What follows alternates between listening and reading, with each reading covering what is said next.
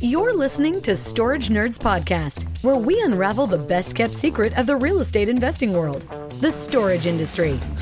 Join the grassroots guru in self-storage, Stacy Rossetti, in insightful discussions about finding, funding, and running these spaces, allowing you to yield the highest returns possible. Get your foot in the door on self-storage and discover how to properly purchase facilities, negotiate with sellers, and close the deal without worries. Start unpacking that investment wisdom with Stacy right now.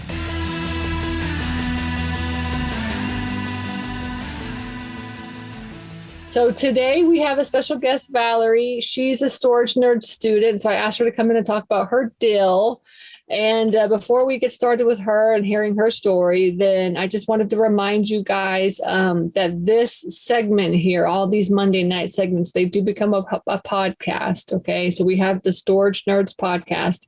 If you happen to miss a segment, then you could always listen to it. It takes a couple of weeks for it to get to get broadcast, but we have new sessions coming out every week. So make sure you check that out. And then also, if you need help getting started in self-storage, then you should just check out my course, which is Super Simple Self-Storage. And that is available on the website, stacyrossetti.com. And also don't forget that we have a coaching program. It's called StorageNerds.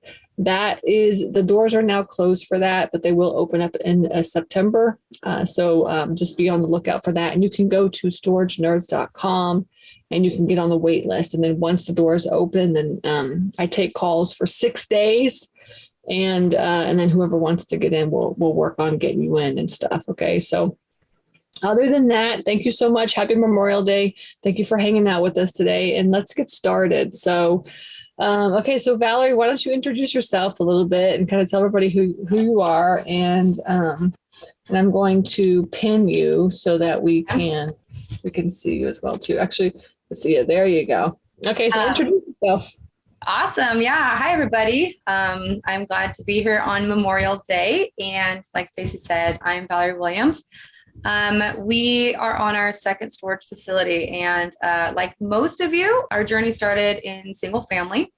So I started about 6 years ago, flipping houses, wholesaling, buying sub two. We had a decent single family portfolio for a few years, and it was a nightmare. So I also am a licensed realtor, so I would help other clients as well. Along that journey, my whole passion was to be in commercial. So I looked at lots of different things. We looked at some office buildings. I did extensive research in multifamily. We did quite a bit of underwriting in multifamily starting in 2019 for about 2 years. And we got to final and best, but we got outbid. If anyone follows the multifamily market right now, it really hit its peak end of 2019, early 2020. And that's when we jumped in it. So it got highly competitive. So that's about the time that I started thinking that maybe we should look somewhere else. Maybe multifamily wasn't our bread and butter. And so then I was a part of a brokerage group because I'm a licensed agent, and Stacy spoke and I said, you know what? Storage facility sounds along the lines of what I like. And so we started looking around, and I did the 90-day challenge. And a couple months into it, we kind of found a property. It wasn't completely aligned and perfect and beautiful, but it's been going great ever since. So it's kind of the background of it. So tell everybody where you're located. I'm actually located in Conroe, Texas, which is north of Houston.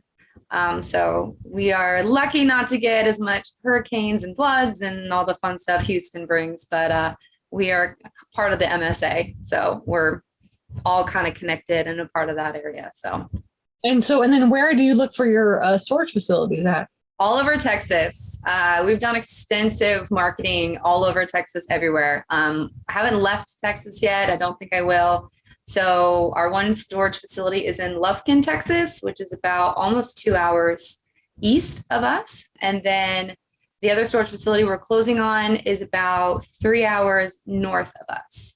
Mm-hmm, mm-hmm. Okay, so before we get into your storage facilities, then why don't you tell us a little bit about like all the different types of marketing that you do to find deals? For storage facility specific, we haven't done a ton of creativity about it. So, I mean, like in general, we've done tons of different types of marketing, but for storage facility, the first one we got was actually from a wholesaler. I'm not promoting to get them from a wholesaler, but that's where we got the first one. But other than that, we actually would do kind of what Peter had talked about, where you just go on Google Maps, we pin all the ones that you just aren't sure if it's a storage facility or not, and open up the Google map. And then we would create like an Excel list, bring it to a VA, and they would basically fill in the data by pulling up, the address on Google, because where we pinned it. And so then we created an Excel sheet of as much information as we could get, because obviously we were focused on people who didn't have a website, weren't on Google Business, anything like that. And so we were just trying to find the little ones that from an overview looked like a storage facility. Sometimes we would get ones with the website and stuff like that. We'd still call out to them. I mean, never want to waste a lead, but that was the most part. And then we did send out letters because a lot of people don't have emails, or sometimes they don't have any information. So we did send out a couple of letters. Did that work at all or no? How did that go? The letters did not work, which was a bit surprising, but I shouldn't say single family was massively popular doing letters. And we haven't had as much luck with commercial because the obvious, most owners aren't at the address, the commercial facility. So you actually have to do a lot more digging. And then there's a lot of owners involved in commercial. So then it's either you send 3 or 4 letters or kind of pick and choose. So you can spend a lot of money on one property, just kind of guessing of where to send the letter. So we haven't had too much luck figuring out exactly the best route for that. Yeah. Now, when you look up a commercial property and try to figure out where the owner is, it always has like a gazillion different addresses and phone numbers and stuff. So it's like, which one do you pick? The easiest one is just call them. We definitely would call them. Sometimes people wouldn't even answer their phones. So then we would text them. So you text them a bunch of times and call them again and try to get an email address and try to email them. But a lot of people in the rural areas, they are not up to date with technology. So texting is a new thing. Email is even newer. So, I mean, did you have an idea of like what kind of facility you were looking for when you got out and looked, or were you just like, I'm just go out and look and see what I can find? For marketing purposes, it was pretty much everything, because I have extensive experience in wholesaling and I am a licensed agent. So at the end of the day, I had a couple exit strategies for whatever we could possibly even remotely negotiate. So it was kind of a little bit of everything, but our main focus was if something wasn't being managed 100%. Other than that, size, location, nothing really, we didn't take into consideration for the marketing purpose of it. Cool. Okay, good. All right. So tell everybody kind of about this first deal. So you've been now marketing and you found it. So what happened when you found this first deal? You got it from a wholesaler. Yes. So when we found this first deal, it was obviously too good to be true. The numbers were amazing. Everything was amazing. And from the wholesaler? Yeah. So, which is pretty common, the pro formas are astronomical. The income is something, and, everything made amazing sense. The unfortunate part with this particular property was as we were going forward, the wholesaler kept raising the price. So we knew what it was actually under contract for, and they would not negotiate, and they were almost making more than the seller themselves. So it was a bit unfortunate. That's why I don't like working with wholesalers very much. But in this market and with this particular market, it still made sense. This property, though, they said it was 30% occupied. It was 12% occupied. How did y'all figure that out? Going to the property, actually looking through all of the paperwork that was sent to us, because it was also marketed as 119 units and it's 122 units. So the occupancy was. Oh, really? They didn't even have the right number of units? Yeah. Yeah, that happens a lot with mismanaged facilities. Yeah. Yeah. So, I mean, we looked through all the paperwork, anything and everything that they'd actually send, which, we got contracts from 30 years ago and stuff. And so basically kind of going through everything and actually adding it all up, putting in an Excel sheet and creating, our own tenant template and stuff, and kind of seeing what it truly looks like instead of just going off of what's provided for us and realizing how off they really are. And then we were asking for kind of proof of any type of actual deposits. and they couldn't send any. So most of the occupancy, they weren't actually paying occupancy. So it was an incredibly mismanaged property. Like too mismanaged. Yeah, the owners, they just kind of, if someone was working for them, they let them store stuff there. They were like a property management company and wanted to manage it. So we were like, no. But yeah, like the people that lived there were like, whoa, we have to pay now. So it was just there was people there, but yes, it's like a true mismanaged. Okay, so with that property, what did you ask the wholesaler what did he give you? Did he give you a lot of information, or was he able to give you information about the property, or no? Somewhat. A lot of it was, pay for all these reports and pay for all this market research. And I can't remember what the report's called because it was like $7,000 to do. Feasibility study? Oh, is that what it is? Yeah. Yeah. Is that what he did, or what you did this? No, that's what he's told us to do. Oh. No, that would have been nice to have. Yeah, I know the wholesaler. Yeah, I know him. That's kind of what he does. Like, go pay your own thing. Yeah, I got it. Yeah, okay. It's amazing. Go to this, go to this, go to this. And no, so it was really just a lot of, I'm an agent, so I went through a lot of the access that I have, basically running a ton of numbers. We obviously had to get it appraised because our lender was a bank. So, just through that itself. And then I actually drove to the market and I went to multiple commercial banks to kind of get an idea of the area. And then I drove to all the competition and, gauge their occupancy and where they're located and how they look. What was their occupancy? Everyone was 95% or higher. Okay. Some people were turning people away. There are different sections of the town, and we're close to kind of an area that people really want to live, but it's a little bit industrial. So it's kind of this interesting, like little midsection. So it's still kind of expanding and growing over there. But let me share some pictures and stuff, and so at least people have a visual while you're talking. Okay, is that okay? Oh yeah, I know. It's hard because sometimes when you're so involved in a property, that's the new sign. Oh, that's your new sign. Okay. Mm-hmm. This is it. Yeah, there you go. Okay. So this is what it looked like when you bought it. Yeah. So it had a lot of, doors that didn't work, locks that didn't work, handles that didn't work. Every single door was rusted or bent. The trims of all the doors were rusted. Obviously, there was just grass everywhere. The lights, I don't think I have a picture of those. We have changed them out since then, but the lights are like mercury, so they're incredibly expensive to operate and not very efficient. The security system didn't work. There was a few cameras, but they didn't do anything. And it had a lot of open units. These lights to the left. You see this picture right here? Yeah. This old these are the lights you see a lot of. This is like the 1970s lights right here. Yeah. Yeah, when you take a picture of them, they turn green. They're yes. So tell us about how many doors are there, and how many units, and then what's the total square footage? The total square footage is 17,900. There's 122 units, but one of them is a maintenance unit. So pretty much 121. Okay. There is this road keeps going and it hits the fence at the end, and the fence is not the end of the property. So it does, there is just over half acre past this fence down to the right, and this kind of open parking area. So between kind of the extension of the fence and this little parking area, there's about just over half acre to a potential opportunity. Was this fence there? Yeah, so the fence is still there. It's a bit of a struggle. We're slowly working on the fence. It's like a gated fence. Mm-hmm. Or just like it has a keypad or what? Yes. Yeah. It has the automatic keypad to get in, and then the automatic gate to get out.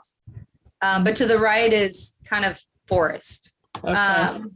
And then on the other side, I don't know if I sent a picture, but there was a couple doors missing. So as you go down like the exit, there's like a bunch of units that don't even have doors on them. That's here's something. Can you see this picture or no? I can see the 10 by 20s. Okay, hang on. I think I just switched over to a different one here. What's this picture of? That's the entryway. Okay. Yeah. So this is like the old, we have a storage facility that has like this kind of old big box here. Yeah. For the gate, and it's always breaking and stuff. Yeah. It gets like a leaf in front of it, and we have a local guy that goes and like moves the leaf so it'll close. Exactly. Yes, exactly. Like ours too. It's like, and then ours is like on a rainy day. Like sometimes, like if the sun shines on it directly, it doesn't work properly or something. Yeah, they're a struggle. Y'all gonna upgrade this, or y'all just gonna leave it here? Y'all fine. Y'all like, no, I spent way too much money on this thing. That's it. I'm done. Right. So that we're actually just gonna leave for now. Eventually, we actually want to do this front gate because a lot of the facilities, they have like the nice front gate and then the chain link fence that surrounds the entire property. So it looks really secure, but it's just for aesthetic purposes. So does this only have this on the front and then like not on the back there? Is that where you're saying towards the back here is where all the extra acreage is? Yeah. And it has a chain link fence, but it doesn't have like the barbed wire top. Mm-hmm. Okay. On the back, the side does. Okay. The side fencing does have the barbed wire. Why does it have the barbed wire? Is it like super, just like they just want to be like super secure or what? Yeah, just added security. Okay. Okay. It looks cool, right? Okay, so over 17,000 square feet, you got 122 units. And and then when you bought this thing, that's the case. So when you bought this thing, you said it was only 12% full. So how did you get funding for this? I don't know. We have a local bank and they're pretty awesome. It's a local like Lufkin bank or what? They are in other locations, but it is a bank that the one we went to is the Lufkin location. They're not a huge bank though. So, but they are in a couple other towns. I did go to a commercial bank. Was just like, that's just a small local bank. They were like, yeah, we'll do it. Right. Okay, so what did you have to do in order to get them to convince them to give you a loan for this? Because I mean, it's very hard to get a loan for a mismanaged facility. Kind of what were their thoughts behind this? They obviously look at the history of the investors. So, we have extensive history in, managing and flipping properties and stuff. We have quite a few properties and we're passive in some multifamilies. So they kind of looked at that a little bit. Our other partner that we actually are, operate this property together, he owns a facility in Hubbard, which is about 20 minutes down the road. Well, how did you find that person? Yeah, that was random. The wholesaler was being super helpful and was just throwing names out. And so there was a guy that he said would be helpful, but I called him and talked to him all about the market because he had recently purchased the property. And so I was kind of picking his brain about, market research and everything. And he wanted to buy the property. And I was like, well, it's mine. So, and then we just kind of stayed in contact for the next couple of months. And through that, it was like, well, we can run this together. And so it's been great. It's kind of one of those random. So basically he's like a partner and then you guys are really more of like the boots on the ground, or kind of how do y'all have that set up? Yeah, we're a little 50-50. He's a little bit more of the technical side of everything, but I'm not necessarily boots on the ground either. Okay. We actually initially, to kind of meet with the contractors and kind of, get it off the ground, I would go there. We just have a maintenance guy that goes out once a month to kind of finish some of the CapEx. And then we have a lady who like answers the phone and does admin. So. Mm-hmm. Okay, cool. What is the CapEx? Like, what did y'all decide like that CapEx was going to be for this? We wanted to focus more on security and curb appeal. So we redid all of the lights. We added a ton of lights and obviously upgraded them. And then security system, you can see every single corner of the entire property and we made it remote access. So we have control of it all the time. So this is what y'all did? Yes, that doesn't have the pictures of the new lights though. I haven't actually been out there since I've done it. Okay. But yeah. The doors really make them look good. So did you just have somebody come paint the doors? The whole facility actually got painted. Yeah. See what a fresh coat of paint does. Right? Because there was a lot of rust and just been neglected for so long. And it's a solid metal building. And so we went through and patched everything and did Rust-Oleum on everything, and then put the protective outdoor rust paint on everything. And then got new handles and locks for a lot of the units. Mm-hmm. It looks really good. So what ended up being your, like, the terms from the bank, and how did the structure work for the partnership? Our partnership is 50-50. We are 50-50 owners of Lufkin Self-Storage. And so we just kind of have it simple that way. We do also have an equity partner, and he's 25% of just the equity and the NOI after reserves. And are you talking about for the down payment? Yeah, down payment and the CapEx. And the CapEx. Okay. What was the purchase price for this? 600. Okay, 600,000. Mm-hmm. And then what were the terms from the bank? Emailed those too. So the interest is 4.5% interest. It's a 4.25%, 5/1 ARM, 12 months, no interest, 19 years amortized. Loan origination is 1%. I mean, that seems pretty good. I mean, are y'all going to hold on to this for, like, how long are y'all thinking y'all going to hold on to this for? Because you could totally flip this and make a lot of money on this. Right. I know. Yeah. Once you get this all leased up. I mean, the goal is really just to hold on to it and keep it forever. Okay. At least like 10 years, if not 20 years. That was really the goal. The goal was to get it kind of leased up to a point and then potentially refinance it, and then kind of pay our equity partner out, and then just kind of stay in the deal. So we'll obviously watch the market, but right now with the market, if you sell it, can't put the money anywhere. So keep it. Exactly. Especially now. Yeah. So just kind of, we're just like waiting to see what happens with the market. Yep. But but like essentially I would say how much CapEx did y'all put into this? Put about 40,000. We were kind of below budget on it. So. Okay. Well, that's good. So you bought it for 600, you put 40 into it. And now you're managing it you have somebody that answers the phones and stuff for you, or how are y'all managing it? It is round robins between me, my partner, and the admin. So someone's going to answer the phone. Is there a lot of calls? Depends. I feel like the first 2 weeks of the month, we get a lot of calls between tenants and new potential tenants. And then it kind of fades out. And then it's usually our admin is calling tenants after that. So it just kind of depends on the season and the time of the month, but not a ton. What are y'all renting your units out for now? I mean, are you getting are you at market rate? We're slightly below market rates. We could go up, but we're about $10 or $20 from some of the other competitors. But, they have like on-site managers, and they're a little bit bigger, and some of them have like non-climate and climate control. So we're kind of like a standard unit. So we're pretty close to market. Mm-hmm. What was your due diligence like during the due diligence phase? Like, were you there a lot, walking through, trying to figure stuff out, or what was your due diligence like for this? Yeah, it was stressful. It was stressful. Yeah, it was super stressful. Stressful. Why was it stressful? Because you were trying to find the money, or it's what? The money was hard for sure. Yeah, because it was so mismanaged, and just kind of, proving to people that we could do it and we could turn it around.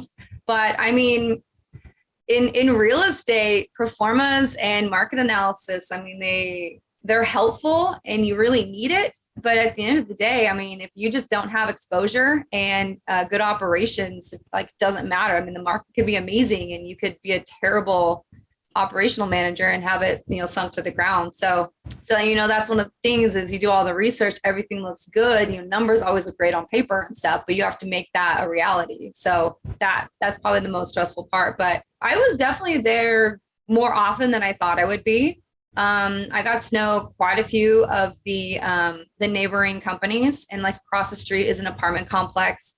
I actually utilized a lot of her referrals. So that was awesome. So there was definitely a lot of, staying in contact with others, having others have eyes on the place and just relinquishing control a little bit. I couldn't just drive down there if I wanted to. It was kind of the farthest property we've ever had. So But lots of phone calls, lots of going through the Excel sheets, lots of market data, and just going through everything multiple times and double checking everything. And I would look at every single storage facility and I would just compare every single little detail to see like how close we really could compete, instead of just being like, class A, class B, class C, or climate, non-climate, kind of like, what are their amenities? Where's their location? What's the vibe, the community of it, kind of thing. So there's lots of little things that people are just emotionally attached sometimes.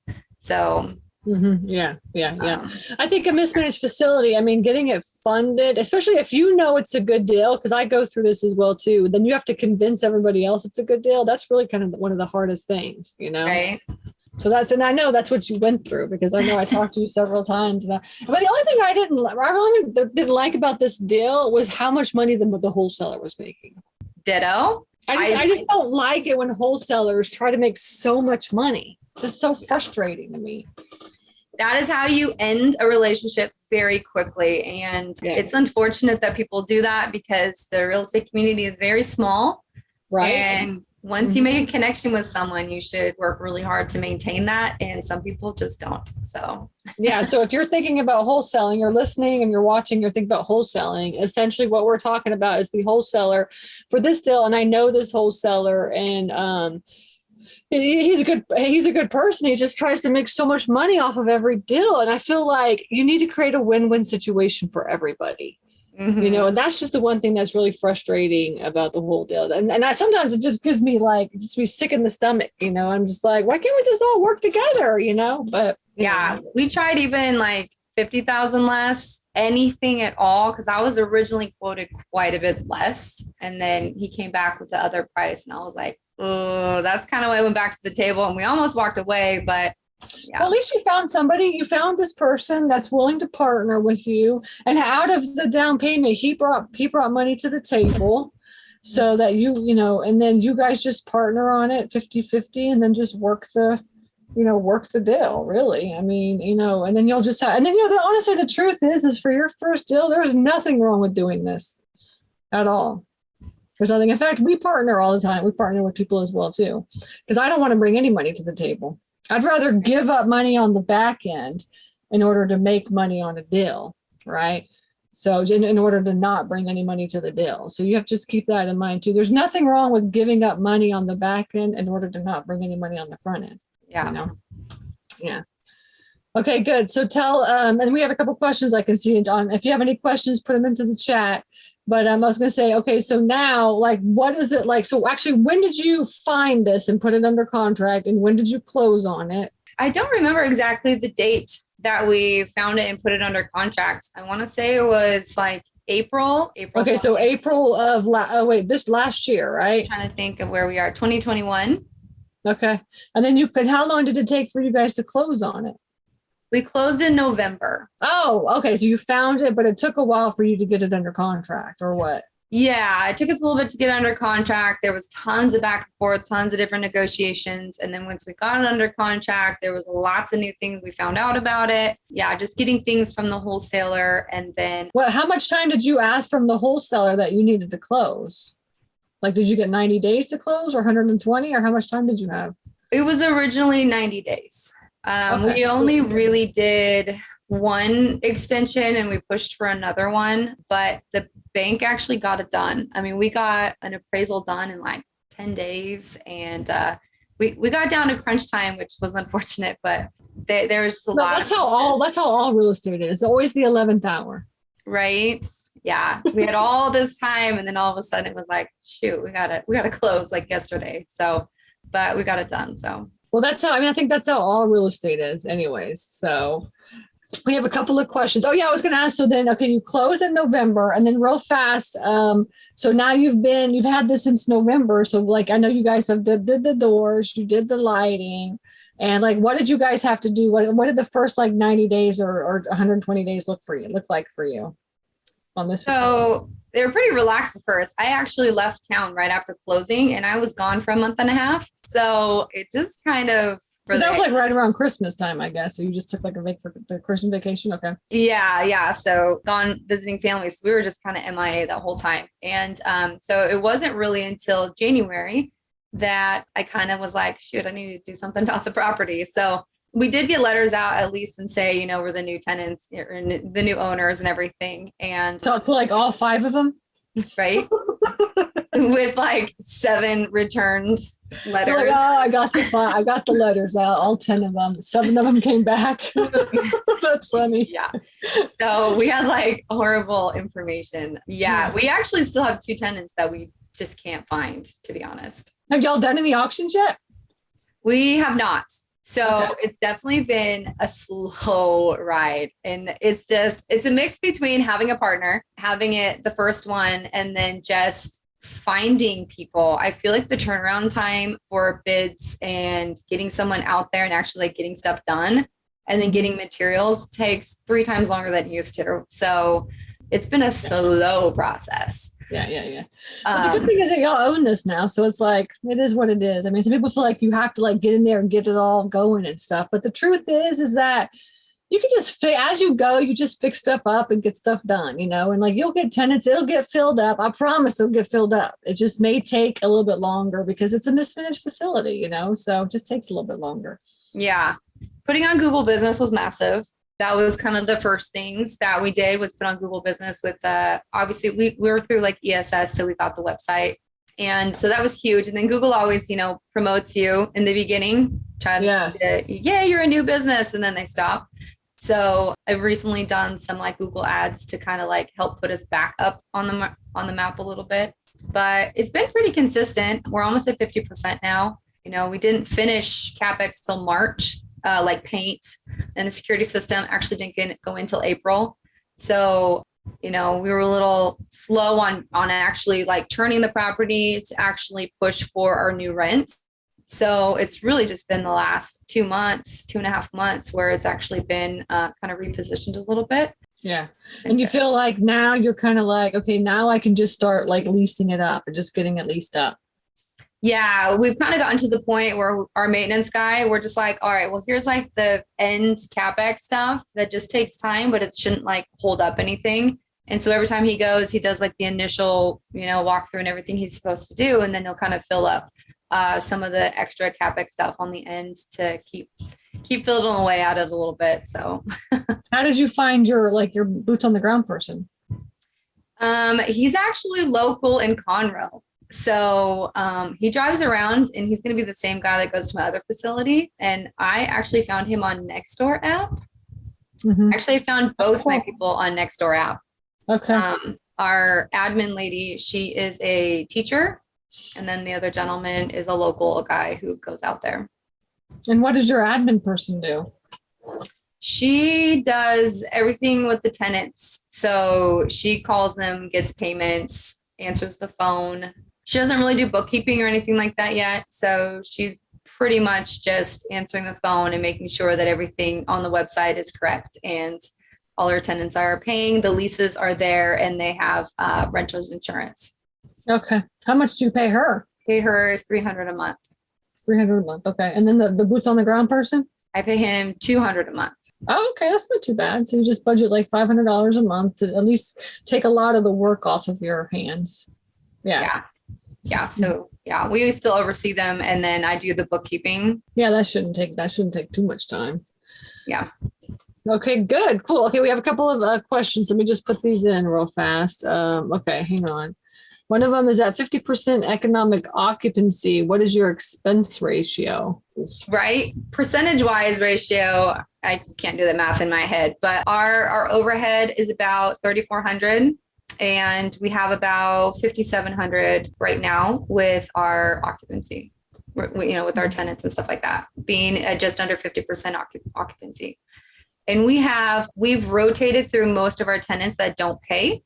So we're at like 0.5% maybe economic vacancy, because all of our tenants that were struggling or had issues or anything like that, we've kind of pushed them out. Did you have a lot of units that were like full and you have to get rid of the stuff and things like this, or was it like just empty units? They were actually empty when we were going to take over the property. There was a ton of them like that. And they actually, right before close, cleaned out all of them. which was unfortunate because we did get a couple of calls the next few months of people saying, is my stuff still there? And it wasn't, but that wasn't on us. So yeah, because like, you're not supposed to really clean anything out unless they go through the auction process. yeah. So pretty much if they didn't have record or it wasn't locked or I don't even know, they just went through and cleaned a ton of them and kept the people that they liked. They're probably like, I need to go through all this stuff and take everything just so I can sell it on eBay or something. Right. Something. I'm sure that's what they were thinking. Like, oh. It was nice. Okay, good. Yeah. So, and then how much, like, what do y'all project you're supposed to make with this thing on a monthly basis with 122 units? I actually don't have it completely full in my expenses. Well, I mean, let's say like 90% full. At 90% full, we're projected to have just under 13,000. Oh, good. Obviously want to get to that point. Yeah. And we only did one rent increase and we're not really looking to do that anytime soon. And I actually didn't project that for the next year. So we probably will, just because of taxes and insurance and everything. What's the taxes on this thing? Oh my God, I'm sure it's expensive. We will Texas, definitely find out. We have Yeah. about 12,000, but obviously we're going to try to fight that and see what we can do because that's not what it currently is. That's just what we projected. Okay. So we got the asking price. How much did the wholesaler end up making? I never know if it's okay or not. I don't know if you want, if it's up to you. Yeah, he made $125,000.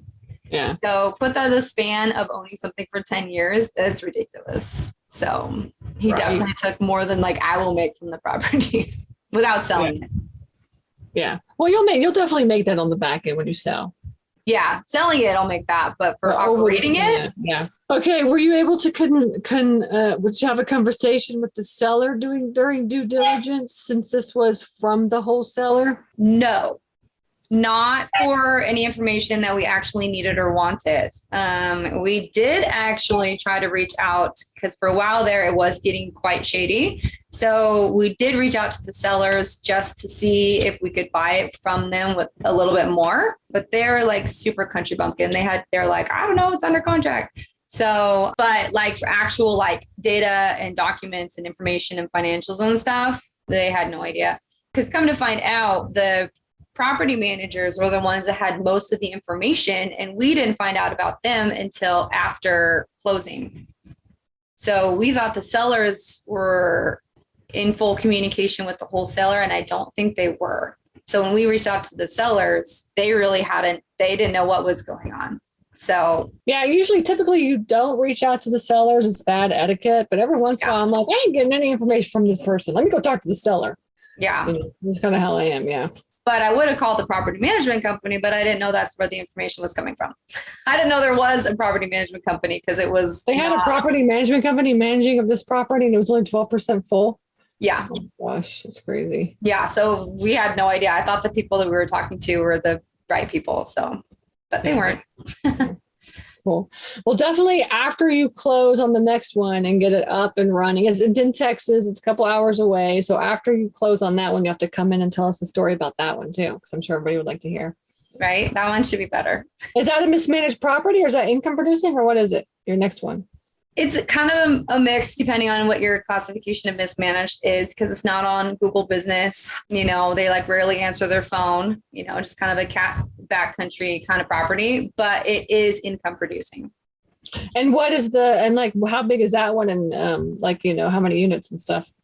That one's 97 units and it is 99% occupied. Oh, cool. So okay, we're going to raise. And you should be able to get a bank loan for that then, right? We do. We have actually the same bank. Oh, cool. Well, see, now you have a relationship with this bank. So you can be like, hey, let me go buy another one. Right. I was like, well, let me give you one that's stabilized since you took a risk on us for this one. I'll give you one that'll make you some money right now. So that's cool. Good. I like it. Cool. Good. Awesome. All right. Well, I appreciate it. Tell everybody how you, before you say bye, tell everybody how they can get a hold of you just in case they, or, if you want them to contact you or if they have any questions or anything. Yeah. I mean, I can put that in the bottom because I'm, like I said, I still am a licensed agent and I still do storage facilities and other commercial properties. So I can put my contact information below. And I'm like Stacy, I'm kind of out there. Sometimes I do webinars, and I also have a YouTube channel. Oh yeah, what's your YouTube channel? Ramblings in Real Estate. Okay, Ramblings in Real Estate. Okay, cool. So you can check Valorie out on her YouTube channel. And yeah, and then I guess just good luck with your next closing, and keep me posted whenever you get that one stabilized, and hop on. You could tell us a story about that one too. Okay. Yeah, sounds awesome. This was fun. Okay. Thank you, everybody, for coming out. Yeah, thank you for hanging out. All right, everybody else, thank you so much. I'm going to hop on, just so you guys know, hopping on to my next webinar, which is my pitch. And you can go to stacyrossetti.com/fund if you're interested. I pitch that every Monday night. And we got a property under contract. So I'm going to go over that deal. It'll be one of the deals that goes into the fund tonight. All right. Thank you so much, everybody. Thank you, Valorie. And we'll take care. Bye. Thank you. Thank you for joining us for this episode of Storage Nerds. Hope this informative conversation inspired you to go out there and jump into this highly profitable business venture that people rarely talk about. Get more tips on storage space investing at www.stacyrossetti.com. Don't forget to subscribe to the show and leave a rating. Together, let's build that thriving passive income one storage space at a time. Until next time.